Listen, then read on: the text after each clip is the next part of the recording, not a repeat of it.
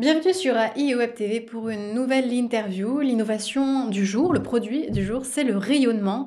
Le rayonnement qui permet le chauffage, la ventilation, mais aussi le rafraîchissement. J'en parle avec un spécialiste.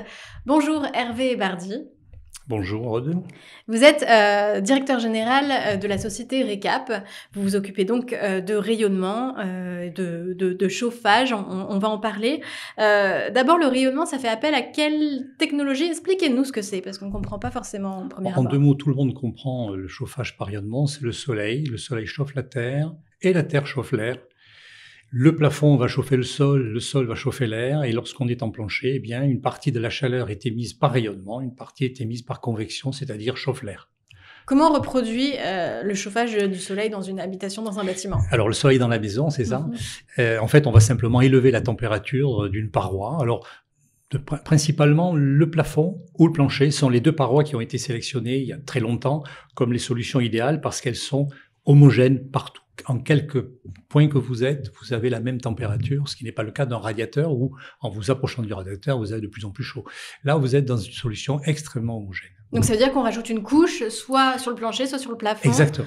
Est-ce que c'est Voilà. épais? Comment ça marche? Alors, on va intégrer soit des petits câbles chauffants qui seront placés sous les carrelages, directement sous les carrelages, soit un film chauffant qu'on va placer sous un parquet flottant, soit on va utiliser des tuyaux qui vont être intégrés dans une chape de 15 mm d'épaisseur seulement et qui vont permettre effectivement d'élever la température très rapidement, puisqu'on cherche effectivement à chauffer rapidement, élever la température. Si on a un plancher hydraulique, on pourra injecter dans ce plancher de l'eau chaude en hiver ou de l'eau froide en été, donc qui va permettre de rafraîchir.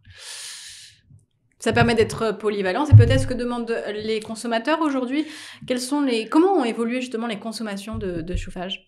Alors, la technologie qui est utilisée majoritairement aujourd'hui au niveau des planchers chauffants est une technologie, une filière humide. Donc, on fabrique du béton et on noie des câbles chauffants ou des tuyaux dans du béton. Cette solution-là, elle a 40 ans d'existence. Elle n'est plus adaptée aux bâtiments d'aujourd'hui qui sont extrêmement bien isolés. Donc, aujourd'hui, on cherche effectivement des bâtiments qui vont réagir très vite.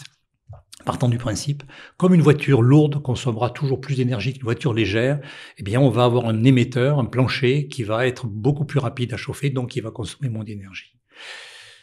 Quand on veut faire du froid, c'est le plafond qui sera beaucoup plus utilisé parce que le plafond est beaucoup plus puissant lorsqu'on fait du froid que le plancher.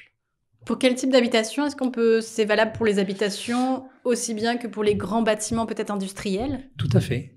Alors on va trouver effectivement une très très grande largeur de marché, maisons individuelles, collectifs, également la rénovation qui jusque-là était fermée au plancher chauffant, la construction hors site qui construit des maisons ou des bâtiments en usine, et puis la filière bois qui est en train de se développer de manière importante. Ces technologies aujourd'hui sont utilisables avec du plancher de ce type-là, qui sont des planchers de faible épaisseur, faible inertie. On appelle ça la filière sèche. Quels sont les autres avantages de ce type de chauffage? Est-ce qu'il est plus respectueux de l'environnement? Alors, il est également plus respectueux de l'environnement et ce sont des choses que l'on va mettre en place pour la future réglementation environnementale, la RE 2020, qui démarrera à partir de l'an prochain.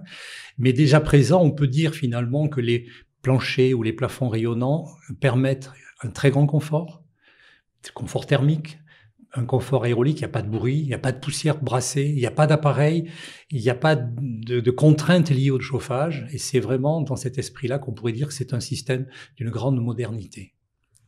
Il paraît avoir tous les avantages. Pourquoi est-ce qu'il n'est pas plus utilisé? Qu'est-ce qui manque? Qu'est-ce qui lui manque? Est-ce qu'il ne faut pas que la réglementation le pousse encore un peu plus, qu'il y ait une incitation?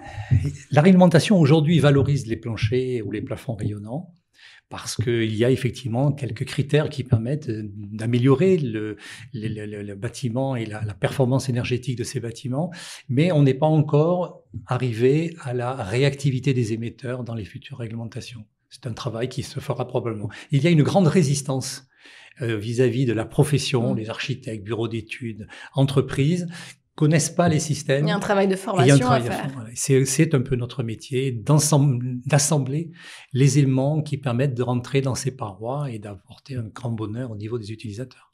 Et beaucoup de chaleur. Donc, merci beaucoup Hervé Bardi. Aude. Je rappelle que vous êtes directeur général de RECAP. Merci.